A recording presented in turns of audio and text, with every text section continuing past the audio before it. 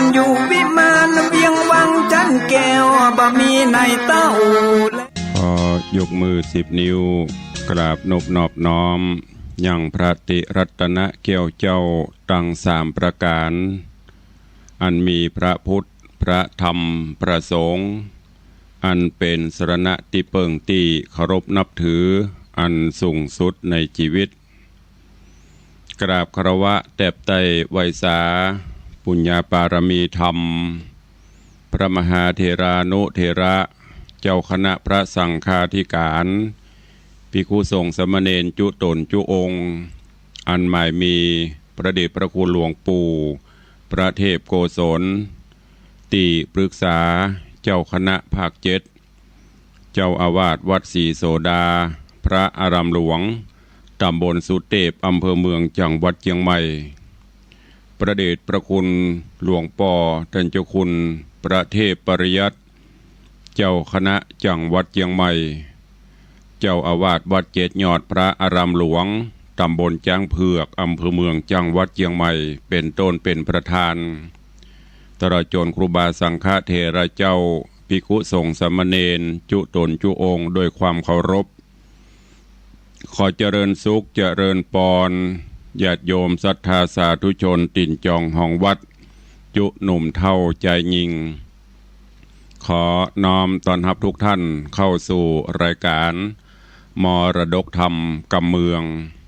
ต่างสถานีวิทยุพระพุทธศาสนาแห่งชาติและสังคมคลื่นเพื่อการศึกษาพระพุทธศาสนาและวัฒนธรรมส่งสัญญาณกระจายเสียงจากวัดฝ่ายหินตำบลสุเทพอำเภอเมืองเชียงใหม่จังหวัดเชียงใหม่ในระบบคลื่นความถี่ FM 104.50 เมกะเฮิรตซ์สถานีวิทยุพระพุทธศาสนาวัดหนองไก่ตำบลสันปะยางอำเภอแม่แตงจังหวัดเชียงใหม่ส่งสัญญาณกระจายเสียงในระบบคลื่นความถี่ FM 99.75 102.0 และ 89.25 เมกะเฮิรตซ์สถานีวิทยุ CM77 วิทยุอินเทอร์เน็ตล้านนาส่งสัญญาณกระจายเสียงในระบบคลื่นความถี่ FM 97.5 และสถานีวิทยุพระพุทธศาสนาจังหวัดเชียงรายส่งสัญญาณกระจายเสียงในระบบคลื่นความถี่ FM 99.50 เมกะเฮิรตซ์ตลอดจนวิทยุชุมชนเสียงตามสายหอกระจายข่าวตามวัดวาอารามตามหมู่บ้านต่างๆที่ครูบาสังฆะท่านเจ้าอาวาสตลอดจนต่างป่อแก่ป่อแคว้นได้เปิดออกลำโพงหอกระจายข่าวเสียงตามสายของวัดวาอารามของบ้านต่างๆเพื่อญาติโยมศรัทธาได้สดับรับฟังกันอยู่ในเวลานี้พร้อมกันนี้เจริญปอนญาติโยมที่ได้ติดตามต่างเฟซบุ๊กเฟซไลฟ์ต่างเว็บไซต์ต่างๆบ่ว่าจะเป็นเฟซบุ๊กของวัดวังสิงห์คำเฟซบุ๊กของ104ธรรมะคลายเครียดเฟซบุ๊กวัดไฟหินเฟซบุ๊กของท่านตุเจ้าบ้านนอกทิตะสิโปตลอดจนหลายๆเฟซบุ๊กที่เป็นญาติธรรมในรายการได้ฟังแล้วก็ได้กดแชร์กดไลค์ส่งต่อๆกันไปเพื่อให้ญาติธรรมได้สดับฟังเสียงธรรมะกันอยู่ในเวลานี้แล้วก่อนแล้วแชร์ได้กดแชร์ไลค์อาตมภาพพระครูวิสิทธิ์ศรีลาภรณ์เจ้าคณะตำบลป่าแดดเจ้าอาวาสวัดวังสิงห์คำตำบลป่าแดดอำเภอเมืองเชียงใหม่จังหวัดเชียงใหม่เป็นผู้ดำเนินรายการก็นำธรรมะสาระปืนบ้านปืนเมืองทำข้าวมาเทศนาฮือท่านทั้งหลายได้รับฟังกันเป็นประจำถึงวันตั้งแต่เวลา6 โมงถึง7 โมงเช้าโดยประมาณยกเว้นพี่น้องที่ฟังสัญญาณจากดอยม่อนจำปีวัดพระแก้วจังหวัดเชียงรายก็ฟังกันเมื่อค่ำยามคืน ต้องกราบขอบพระคุณในเมตตาปรมีของท่านผู้อำนวยการทุกสถานีเจ้าหน้าที่ช่างเทคนิคผู้ควบคุมการกระจายเสียงทุกท่านทุกสถานีตัวเองและขอบคุณเจ้าของ Facebook ทุกท่านที่ได้กดแชร์กดไลค์กันปากันวันนี้เป็นวันพระเป็นวันศีลการเวลาวันเวลาล่วงเลยผ่านพ้นโดยความรวดเร็วว่องไวจากวินาทีเป็นนาทีเป็นชั่วโมงเป็นวันเป็นเดือนคลาดเคลื่อนไปโดยบันิ่งบอยู่ได้บรอไผวันเวลาผ่านพ้นบ่ได้รอไผสักคนไม่ใช่ว่ารอคนนั้นรอคนนี้ไม่มีวันคำว่ารอไปของเปิ้นเรื่อยๆเพราะฉะนั้นเฮาท่านทั้งหลายจะต้องตวยตามการเวลาฮือตันตื่นเจ้ามาก็คิดพิจารณาตลอดจนตรวจตราตรวจสอบในรอบวันที่ผ่านมามีอันยังอันใดที่มันขาดตกบกพร่องก็เสริมเติมให้มันดีขึ้นอันไหนที่มันดีแล้วก็เสริมเพิ่มเติมดีขึ้นไปเรื่อยๆวันนี้เป็นวันพระวันศีลทางรายการที่ได้จัดมาโดยตลอดเมื่อวันพระวันศีลมาถึงก่อนที่จะได้ฟังน้ำฟังธรรมก็จะได้เชิญชวนสาธุชนญาติโยมทั้งหลายเข้าเฝ้าองค์พระผู้มีพระภาคเจ้าโดยการไหว้พระสมาทานศีลและฟังพระธรรมเทศนาเป็นลำดับไปโอกาสบัดนี้ใครที่ได้เตรียมขันหรือว่าพานดอกไม้ธูปเทียนไว้ก็จัดเตรียมเพื่อเรียบร้อยแล้วก็ดังที่ได้บอกมาโดยตลอดว่าวันพระวันศีลถ้าเป็นไปได้เชิญชวนพุทธศาสนิกชนทุกท่านได้นุ่งขาวห่มขาวอันเป็นสีของความบริสุทธิ์ผุดผ่องและพอให้เป็นระเบียบเรียบร้อยที่สำคัญก็เป็นการประกาศให้เจ้าโลกได้ฮู้ได้ทราบว่าเฮาเป็นพุทธศาสนิกชนทุกวันพระทุกวันศีลบอกว่าจะเป็นศีลน้อยศีลใหญ่ถ้าเป็นไปได้อีป่ออีแม่ญาติโยมศรัทธาลูกหลานตันเต้าเยาวชนคนดีใส่ชุดขาวนุ่งขาวห่มขาวก็จะได้เป็นระเบียบเรียบร้อยดูแล้วสวยสดงดงามก้อยๆฝึกกันไปเมินไปมันก็จะชินแล้วก็จะทำให้รู้ว่าโอ้เมื่อถึงวันพระวันศีลนี่ประเทศไทยเฮาหรือทั่วโลกที่นับถือพระพุทธศาสนาปากันนุ่งขาวห่มขาวแล้วลองหลับตาจินตนาการว่าภาพนั้นมันจะประทับใจต่อใดอันนี้ตุลุงได้เชิญชวนและรณรงค์มาโดยตลอดเนอะวันพระวันศีลเตรียมขันข้าวตอกดอกไม้ถ้าไปวัดได้ก็ไปวัดไปวาไปใส่ขันข้าวตอกดอกไม้ส่งสาเข้าสาบาตรทำบุญตักบาตรประพฤติวัดปฏิบัติธรรมไปบ่ได้ก็อยู่บ้านอยู่จองนบไหวสาเอาเนอะโอกาสบัดนี้เชิญทุกท่านเข้าเฝ้าพระผู้มีพระภาคเจ้าพร้อมกันณโอกาสบัดนี้อิมินาสการเร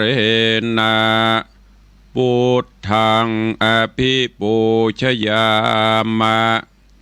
อิมินาสการเรนะธัมมังอภิปูชยามะอิมินาสการเรนะสังฆังอภิปูชยามะอะระหังสัมมาสัมพุทโธภควาพุทธังภควันตังอภิวาเทมิสวาคาโตภควตาธัมโมธัมมังนะมัสสามิสุปฏิปันโนภควโตสาวกสังโฆสังฆังนะมามิหันธรรมยังพุทธัสสะภควโตบุพภาคณมกาลังกะโรมะเสม นะโมตัสสะภะคะวะโตอะระหะโตสัมมาสัมพุทธัสสะนะโมตัสสะภะคะวะโตอะระหะโตสัมมาสัมพุทธัสสะนะโมตัสสะภะคะวะโตอะระหะโตสัมมาสัมพุทธัสสะอิติปิโสภะคะวะอะระหังสัมมาสัมพุทโธวิชชาจรณะสัมปันโนสุขโตโลกวิทูอนุตตโรปุริสะธรรมัสสารถิสัทธาเทวมนุษสานังพุทโธภควาติสวากขาโตภควตาธัมโมสันทิฏฐิโกอากาลิโกเอหิปัสสิโกโอปนะยิโกปัจจตังเวทิตปโปวินยูหิติสุปฏิปันโนภควโตสาวกสังโฆอุชุปฏิปันโนภควโตสาวกสังโฆยายะปฏิปันโนภควโตสาวกสังโฆสามีจิปฏิปันโนภควโตสาวกสังโฆยะทิทางจัตตาริปุริสายุคานิอัฏฐาปุริสาปุคลาเอสะภควโตสาวกสังโฆอาหุนยโยปาหุนยโยทักขินยโยอัญชลิกาลนิโย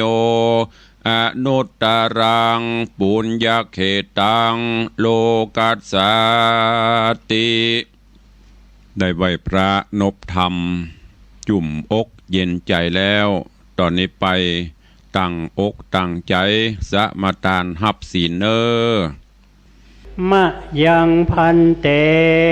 ติสาลาเนนะสังหาปัญจสีนิยจามาตุติยัมปีมะยังพันเตติสาลาเนนะสังหาปัญจลานิยจามาตติยัมปีมะยังพันเตติสาลาเนนะสังหาศีลานิยจามานะโมตัสสะภะคะวะโตอะระหะโตสัมมาสัมพุทธัสสะนะโมตัสสะภะคะวะโตอะระหะโตสัมมาสัมพุทธัสสะนะโมตัสสะภะคะวะโตอะระหะโตสัมมาสัมพุทธัสสะนะโมตัสสะภะคะวะโตอะระหะโตสัมมาสัมพุทธัสสะนะโมตัสสะภะคะวะโตอะระหะโตสัมมาสัมพุทธัสสะ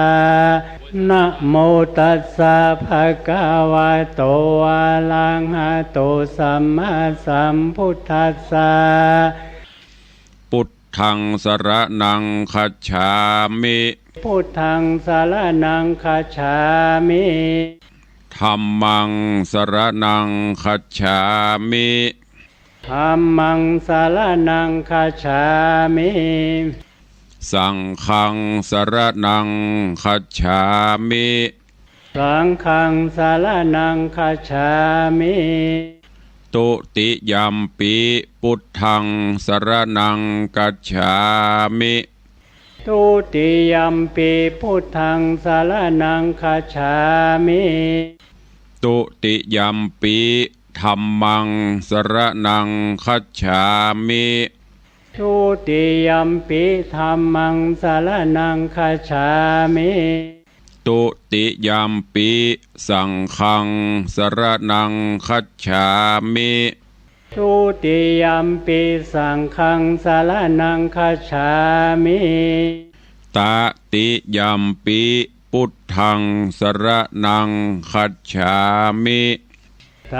ติยัมปิพุทธังสรณังคัจฉามิต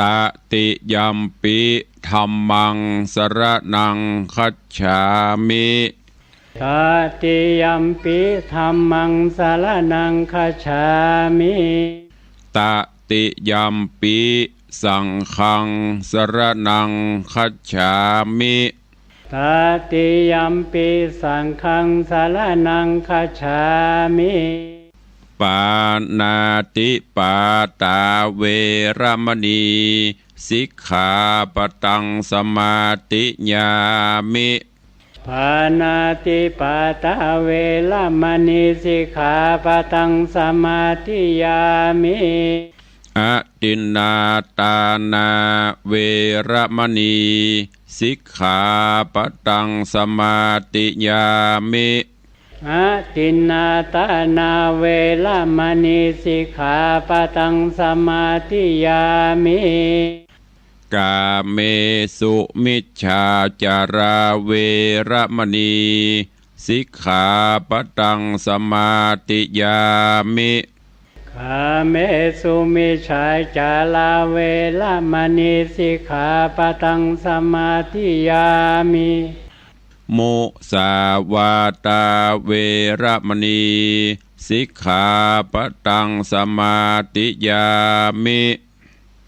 มุสาวาตาเวรมณีสิกขาปตังสมาธิยามิสุราเมรยะมัชฌัปปมาทัฏฐานาเวรมณีสิกขาปตังสมาติยามิ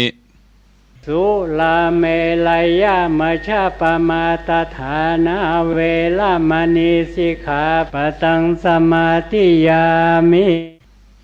อิมานิปัญจสิกขาปตานิสีเลนะสุขติงยันติสีเลนะโภคสัมปทาสีเลนะนิพุติงยันติตัสสมาสีลังวิโสทะเยพมาจโลกาธิปติสหัมปติกัตนันสลีงันทิวลังอัญญาจทาสันติทาสัตตปาราชกชาติกาเทเสตุธรรมังอนุกัมปิมังปะชังได้ไหวพระได้สมาทานศีลเป็นที่เรียบร้อยลำดับต่อไปเชิญญาติโยมทั้งหลายได้ติดตามรับฟังธรรมเทศนาปื้นเมืองเหนือว่าจะเป็นจะได้ก็เชิญทุกท่านตั้งอกตั้งใจฟังณโอกาสบัดนี้นะโมตัสสะภะคะวะโตอะระหะโตสัมมาสัมพุทธัสสะนะมาสิงกาโรพุทโธอันว่าพระพุทธเจ้าตนผาเสริฐกว่าโลกตั้งสามเตสิตังพระก็เตสนายังเตวัตตุตั้งหาตันตั้งหลายจุงทอมทาดาฟังเพื่อฮือเป็นสัจจังแน่แจ้งฮือเป็นที่หูแห่งสังขารกู้วันคืนการกินการอยู่ทุกผู้กู้ยิงใจอย่าปากันอยู่บอดได้ปังเป่าเฮือปากันคืดเล่ายังโตนอันว่าปีเดือนวันหากขับบนมาหาแก่อันใจนั้นแต่หากว่าหนุ่มที่แต่ตาบอดจุ่มมืดมัว แม้นว่าผมยังหัวก็งอกเขี้ยวก็หลุดหล่อนออกไปหลายเนื้อหนังกายก็หดหูจักเป็นดังอีกู้หญิงใจควรดีปากันคงขวายกะตำบุญฮือตันรักษาศีลเมตตาภาวนาหาความดีใส่ตัวไปใจอย่านับใดอยู่นอนได้การตั้งตาให้ไผ่บ่หูอย่าได้ฟู่อูสักเสริญปีเดือนเกินขับฮือแก่เปียที่แผ่พับตัวอย่านับใครหัวจะกว้ายฮือกึดหนีหายสู่ต่างดีอย่าถือแก้วอันบ่มีก้าแก้วต่ำจ้าบ่ดีเอาเฮือปากานาถือดวงเผาเพชรแก้วอันมีก้าแล้วดีงามขาลองจามกึดฮอดเอาใจจอดหาดูยังหมู่ศาสตร์น้อยใหญ่อันเดือดไม่ตุกขามเพราะจาติฮือเกิดมีเป็นมาจะราเบียดเบียนฮือเท่าเปียที่เข้าสู่เต็มตนมอลันดามาจนฮือตายจากจุผู้กองหากเหมือนกันเสียงคนนั้นสะเศร้าตั้งเสียงสัตว์ออกล่าหากินดังสัตว์บินบนและเตี้ยวย่างไผ่บ่อาจอยู่ข้างเดานานกันมัดจุมันมาฮอดก่อนจางตายละต้อตนตัว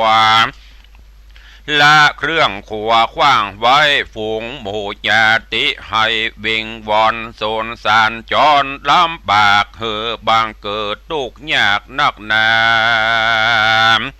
ดังพระสัทธาเป็นเจ้าหากโกดเงื่อนเก้าเตสนาเป็นวาระกถาว่าดังดีอาหัมปิโคมหิจาติธรรมโบจาติอนาติโตอาหัมปิโคมหิจาราติธรรมโมจาราอนาติโตอาหัมปิโคมหิปัญญาติธรรมโมพญาธิอนาตินโตอาหัมปิโคมหิมรณะธรรมโมมรณะอนาติโตอาหัมปิโคมหิทุกขะธรรมโมทุกขะอนาตินโตหันตะยังกันละญาดังกะโรมิกาเยนะวาจามานาสาญะมาลานานสติดังเนอาหัมปิแม่นว่าตัวแห่งเฮาและตัวแห่งต้านต่างหลายจาติธรรมโมมีสภาวะอันเกิดมาก่อมเป็นทุกขาเมื่อยามน้อยเป็นทุกขาคอยเมื่อเป็นเด็กแดงฝูงมดแมงมาต้อมไตก็บ่จ้างไล่และขับเนมาเป็นตุกขีบ่จ้างปากเป็นตุกยากเมื่อยามการตุกเนานานฮอดย่างตุกเสพสั่งหากินเป็นตุกเมาเวนพาแผ่ยามเมื่อพ่อแม่ปัดพรากมาเป็นทุกข์ลำบากด้วยกรรมด่าทุกข์โดยกรรมว่าบุบตีอันเปิ้นมาค่ำคาราเวอยู่ใจใจอานาติโตก็บ่มีที่จักพ้นไปใดก็เพราะจาติธรรมโม นั้นใส่ฮือเกิดเป็นมา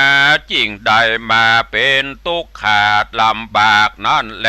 อาหัมปิโขแม่นบาดตวงแห่งเฮาก็เป็นดังนี้แต่จะแลอาหัมปิโขแม่นตัวแห่งเฮาและต้านจลาติธรรมโมมีสภาวะอันเกิดแล้วก็ฮือเท่าคำจันดามีหน้าตาอันหิวซ้ำหนังก็มาญาณตาก็มาฟังมัวมืดลมขึ้นจืดสันหลังจีนบางสั่งก็โหดหูยามเมื่อปากฟู่ก็บ่ปุ่นดีฟังมือก็มาถือไม้เต้าเนี่ยมาย่างกลมเก่าหลังโกสังมาเป็นตุกโขเมื่อยามแก่เท้าจากลูกนั่งก็เต้าสวยใสตุกขังมาบ่หายเหือดแห้งมาเป็นตุกแต่งตั้งธรรมอานาติโตโหบ่มีเวลาอันจะข้ามล่วงพ้นไปได้จราติธรรมโมมีสภาวะอันเกิดมาแล้วก็เท่าจรานั้นก็มีจริงแลอาหัมปิโขแม่นตัวของเฮาและตัวของต้านต่างหลายพญาธิธรรมโมมีสภาวะอันเกิดมาแล้วก็เป็นพญาธิจนะบุตรที่มี96ประการคือว่ามาเป็นลมสาและฝีมาอากมาเป็นขี้ขากและขี้ลากลายหูเป็นลมบาบหมูและมองคอเป็นตาต้อและหัวเมามาเป็นลมขึ้นเสาลงเสาและลมสะอื่นมาเป็นลมปีกฟืนไข่สันตั้งตัวอาปาโถมีหลายหลากบางพ่องก็มาเป็นเปียที่ร้ายราดราวีอานาติโตโอกู้ตนตัวคนเฮานี่นาบ่มีไผ่ล่วงพ้นไปได้พญาธิธรรมโมนานไซมีสภาวะอันเกิดมาแล้วก็เป็นเปียที่นั่นแต่จริงแลอาหัมปิแม่นตัวของเฮาและด้านมรณะธรรมโมมีสภาวะอันเกิดมาแล้วและตายไปมีมวลมากตามกรรมแห่งสัตว์ตั้งหลายหากได้กระทำมาบางพ่องก็ตายด้วยโรคาเปียที่พ่องก็ตายด้วยต้านฆ่าฟาดฟันแต่งพ่องก็ไปแอวแสวงหาซอกินในป่าเสือร้ายล่าคบตนพ่องก็มาเกิดกังวลโอนตาร้ายบ่เหือดบางพ่องก็มาตายกลิ้งเกลือกตกวังพ่องก็ตายเพราะด้านเอาคางใส่คอกไว้ออกมาบอดใดลวดเลยตายพ่อมก็ตายที่หิมต่างและในป่าตายที่ยอมยาและจอมปลวกดอยดินแห่งกาลงกินยะยาบตามกรรมวิบากแห่งภัยมันอันตนได้กระทำมาในชาติก่อนย่อมได้ติดทำตัวตามตนอนาติโตบ่มีอันจากล่วงพ้นไปได้แลมรณะธรรมโม มีสภาวะอันเกิดมาแล้วก็ตายไปนั้นแต่จริงแลอาหัมปีแม่นตัวแห่งเราและตัวแห่งต้านทุกโคทุกโคธรรมโมก็จักมีสภาวะอันเป็นทุกยิ่งทุกค่อนขิงหลายสารเมื่ออยู่เป็นคนก็ทุกหลายอย่างหลายต่างมีต่างนานากันว่าตายไกลกามวยบางลางเตื้อก็ได้เกิดเป็นสัตว์บางเตื้อกำจัดหือตกต่ำไตไฟนรกไม่เหิงนานล้างเตื้อก็ได้เป็นคนตุกพลานและได้เกิดในกำเนิดเป็นเพศเพราะเหตุว่ามีจิตให้ยามเมื่อจักตายดับคานตุกมาตันเมื่อเสียงเขตจริงกลายเป็ดไปเกิดเป็นเพศและผีได้ตกอเวจีแล้วมาเกิดในกำเนิดเป็นเพศหลอกและได้เกิดมา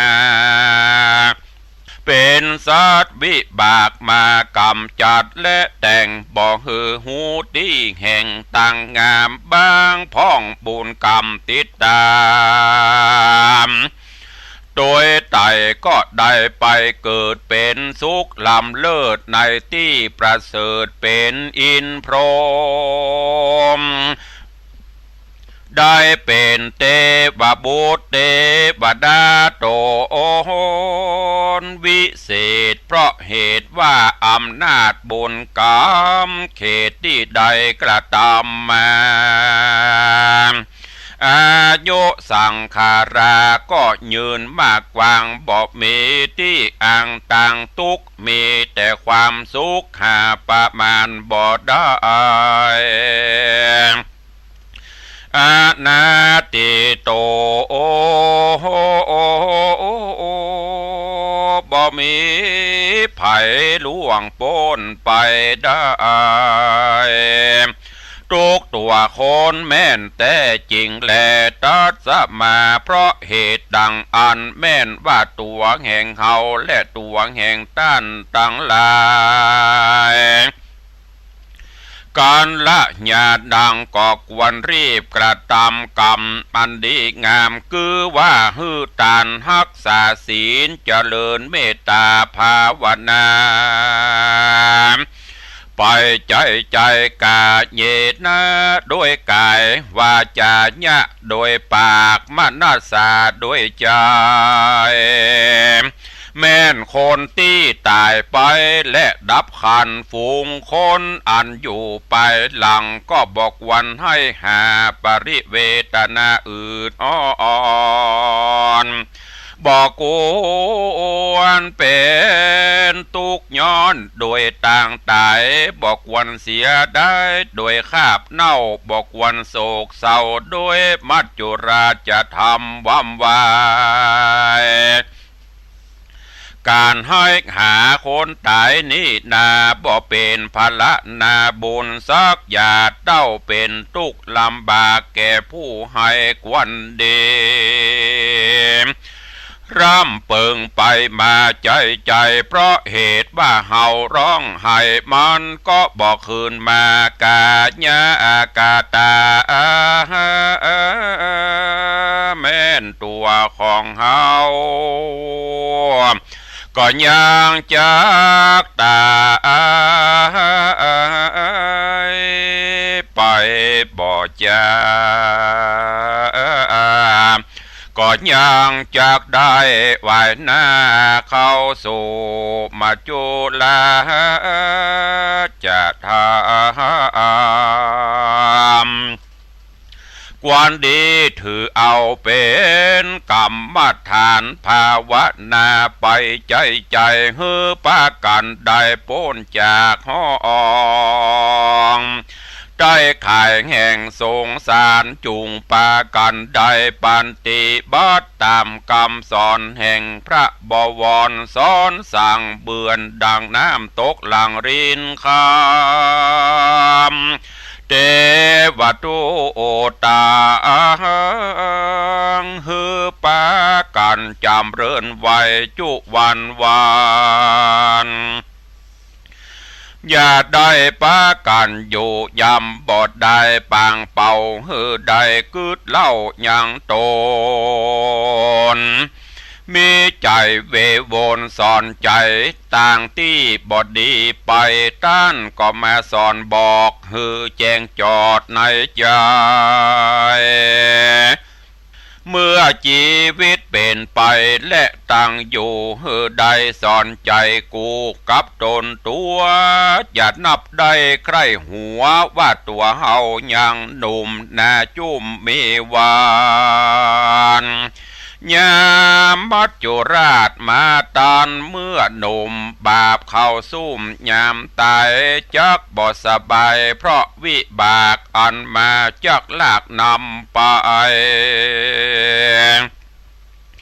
อย่าได้เกิดใจว่าตัวเฮายังหนุ่มเมื่อยามเท่าก้อยกะก้อยกระตำบุญร้อนว่าความตายมาสูญเมื่ออายุหนุ่มนั้นก็จักมรณะไป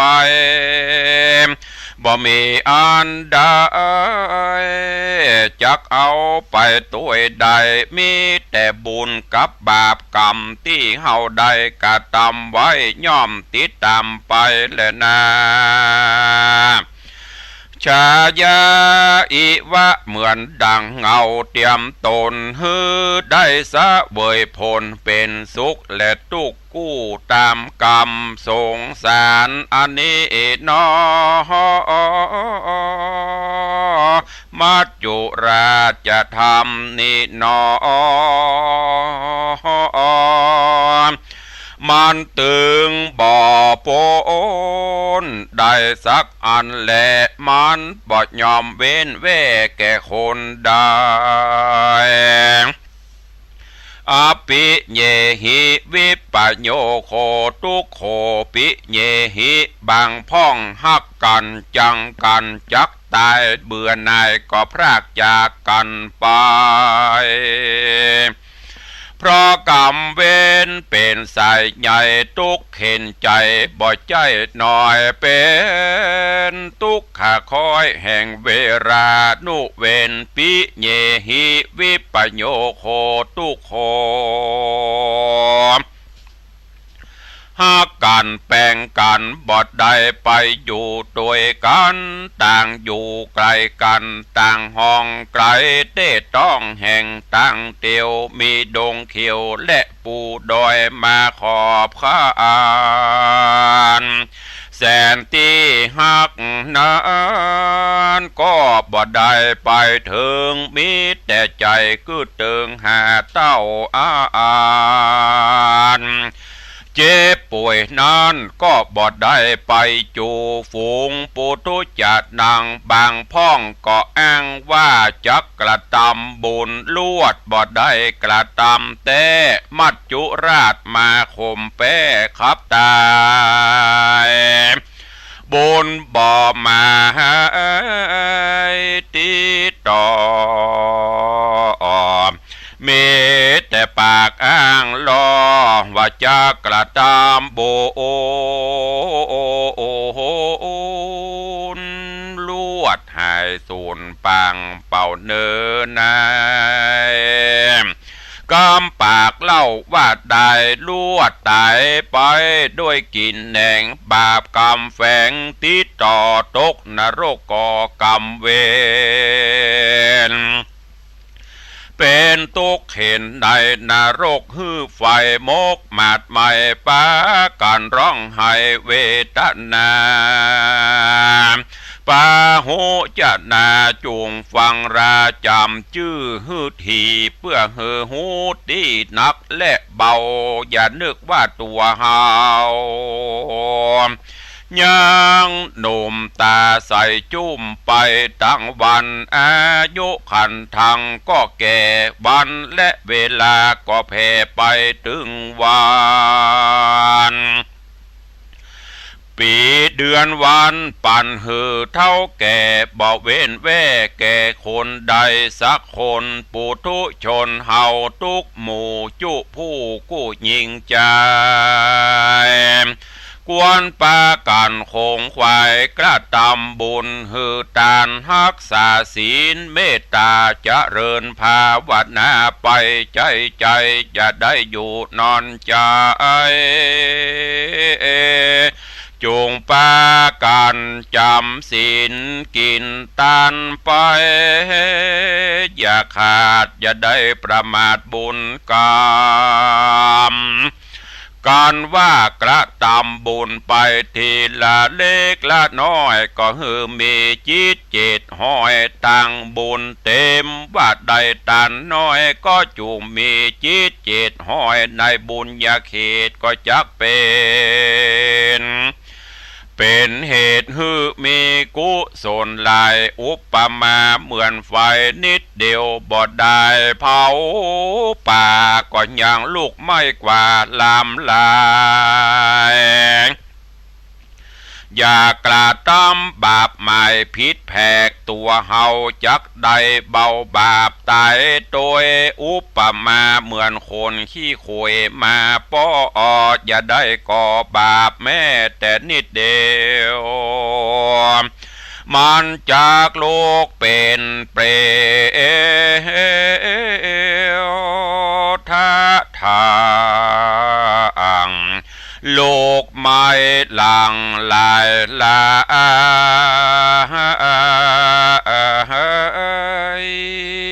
ปา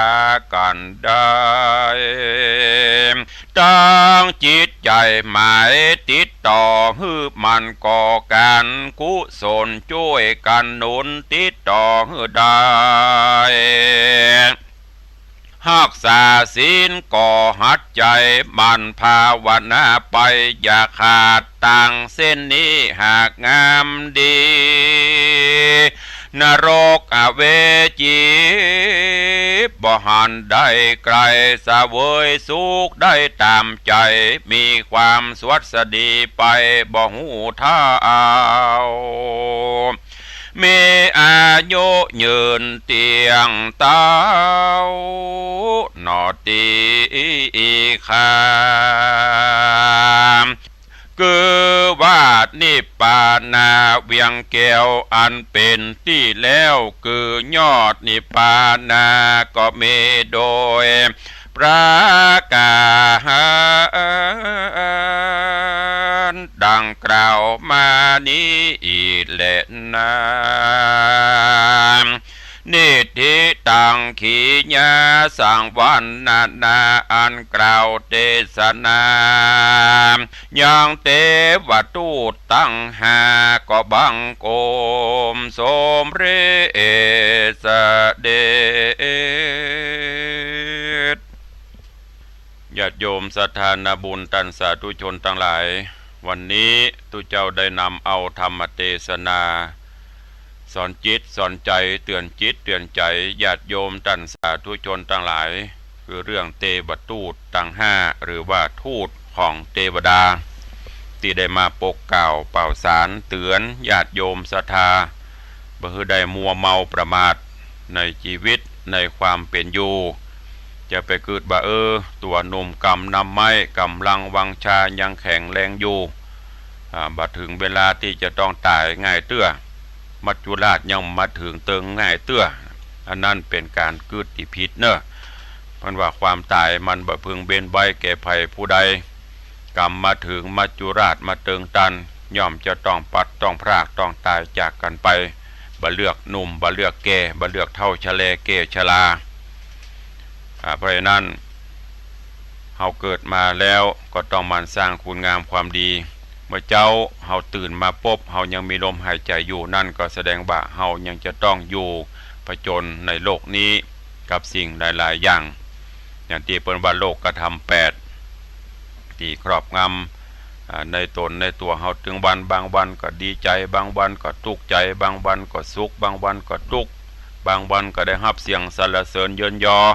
บางวันก็ได้รับเสียงติฉินนินทา สิ่งเหล่านี้ที่มันครอบงำจิตใจครอบงำสัตว์โลกอยู่ถึงวันและจะต้องเปลี่ยนไปตามกรรมได้ยศพ่องเสื่อมยศพ่องได้ลาภเสื่อมลาภพ่องเนี่ยมันบ่แน่นอนเสมอไปกระเคล้ากันไปที่สำคัญแล้วเฮาจะต้องมีจิตใจคือเป็นบุญเป็นกุศลจิตใจเป็นสมาธิใจสติปัญญาพินิจพิจารณาอันไหนดีก็ปฏิบัติไปอันไหนที่มันบ่ดีก็เลิกละไปจะไปเป็นปัญหาสังคม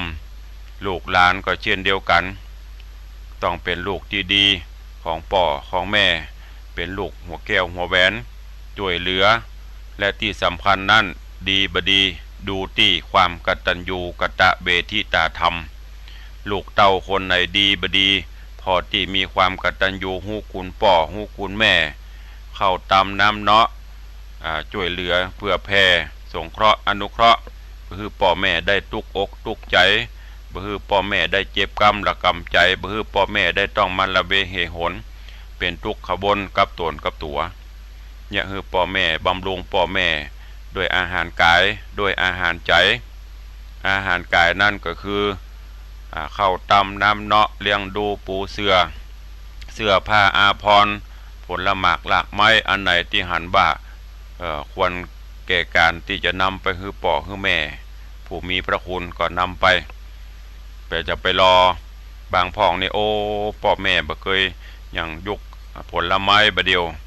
ตามฤดูกาลพ่องนอกฤดูกาลพ่องพ่อแม่บางคนบ่ได้กินเอาไปฮื้อเปิ้นกินเอาไปส่งฮื้อเมื่อเปิ้นมีใจยังดังสาบนี่เปิ้นว่ายามเจ็บไข้ได้ป่วยกินหยังบ่ได้เอาไปเนาะเต็มมันพ่อกินนิดหน่อยเนาะแม่กินนิดหน่อยเนาะกินก็บ่ได้คือกินเมื่อยามเปิ้นอยู่สุขสบายนี่ที่สำคัญเนี่ยมันนึงคืออาหารใจจะไปเนี่ยอย่างคือพ่อคือแม่ได้ทุกอกทุกใจจะไปสร้างความลำกำลำบากคือพ่อคือแม่ได้น้ำตาตกอันนี้เป็นสิ่งสำคัญและที่สำคัญเนี่ยมันนั่นก็คือเฮาฮู้วันเกิดแต่เฮาบ่ฮู้วันตายวันเกิดมาปบส่วนเสเฮฮากินเหล้ากินเบียร์เต้นห้องเพลงกันบุญวะบุญวายม่วนแต่วันตายเฮาบ่ฮู้จะตายที่แห่งโหนตำบลใดตายด้วยอาการจะได้เฮาก็บ่สามารถที่จะฮู้ได้ดังนั้นเตวทูตทั้ง5ได้มาเตือนสติเฮาท่านทั้งหลายอย่าได้ประมาทในความเป็นอยู่ในชีวิตเร่งรีบสร้างกุศลคุณงามความดีตายแล้วบุญกับบาปตานะที่จะติดตามตนตัวเฮาไปเพราะลูกหลานก็ตึมไปตัวเฮาฮักกันปานใดก็จ้างเขาก็ตึมไปตัวยกศพขึ้นกองฟอนจิบพาเผาคนก็ไปส่วนคนผีก็ไปส่วนผีอันนี้เป็นสัจธรรมที่เฮาฮู้เฮาหันกันปัจจุบันนี้รถรางบ้านจองหอเฮือนเรือกสวนไร่นากามเขตที่เฮามีเมื่อยังมีชีวิตอยู่อันนี้ของกูอันยังก็ของกูของข้าตายแล้วไม่ได้เป็นของกูของข้าซักอย่างเป็นของคนอื่นไปหมดบางเตื้อห่วงไว้เฮือลูกเฮือหลานบ่กินบ่ใจบ่ขายสุดท้ายมาเฮาตายละลูกหลานขายไปหมดอันนี้เป็นสิ่งที่เฮาฮู้เฮาหันในปัจจุบันนี้ก็ขอฝากฝังไว้เน้อกับปออกไม่ออกศรัทธานาบุญพุทธศาสนิกชนเฮาเต้าข้าทั้งหลายนำไปคิดพิจารณาแล้วก็